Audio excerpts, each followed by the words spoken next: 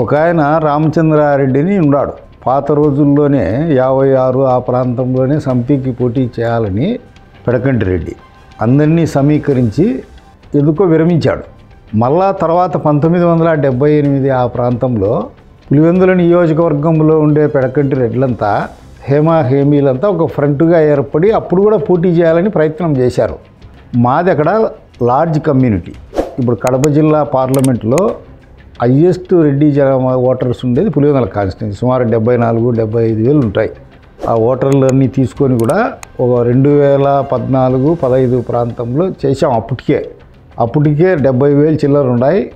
మా పెడకంటి అన్ని టోటల్ ఉండే ఓట్లలో మావే సుమారుగా 40,000 ఉన్నాయి. ఇప్పటికి సుమారుగా 45-46 వేలు ఉంటాయి. ఇప్పుడు 7 మండలాల్లో ఉన్నారు విస్తరించి. మాకు బ్రిటిష్ కాలం నుంచి అప్పటి నుంచి స్వాతంత్రానికి పూర్వం కానీ తర్వాత కానీ మాకు ఏ పొలిటికల్ పార్టీ కూడా అవకాశం ఇలే. ప్రతి పొలిటికల్ పార్టీ కూడా మమ్మల్ని వాడుకుంటుంది, పల్లకీలు మోసే బొయ్యిలుగా వాడుకుంటుంది. అది మాకు తీరని ఆవేదన ఉంది పులివెందుల నియోజకవర్గంలో.